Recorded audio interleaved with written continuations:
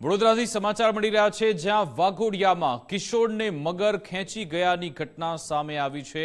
કાગડીપુરા ગામનો આ બનાવ, જ્યાં દેવ નદી કિનારેથી એક મગર કિશોરને ખેંચી ગયો। નદી કિનારે મિથુન વસાવા નામનો કિશોર હાથ પગ ધોવા માટે ગયો હતો।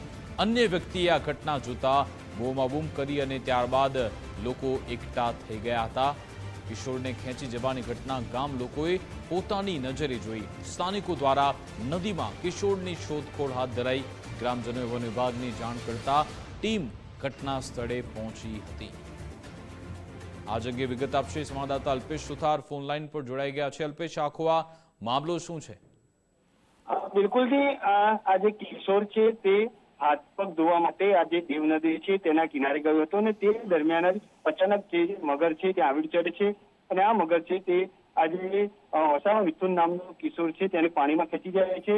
જોકે નદી કિનારા પાસે રહેલા અન્ય વ્યક્તિઓએ પણ આ ઘટના જોતા બૂમાબૂમ કરી હતી। તેને લઈને ગામના જે તમામ લોકો હતા તે પણ નદી કિનારે આવી પહોંચ્યા હતા। જોકે આ નદીમાં મગર પોતાના મોઢામાં કિશોરને પકડીને હરતા ફરતા પણ આ જે ગામ લોકોએ નજરે ચડ્યો હતો। સ્થાનિક લોકો દ્વારા હાલ આ જે નદી છે તેની અંદર કિશોરની શોધખોળ હાથ ધરવામાં આવી છે। જોકે વાઘોડિયા તાલુકાના જે કાગડીપુરા ગામ છે અને તેની આ જે દેવ નદીનો કિનારો છે ત્યાંની આખી આ જે ઘટના છે, અવારનવાર દેવ નદીના કિનારાની આસપાસ આ પ્રકારની ઘટનાઓ બનતી હોય છે।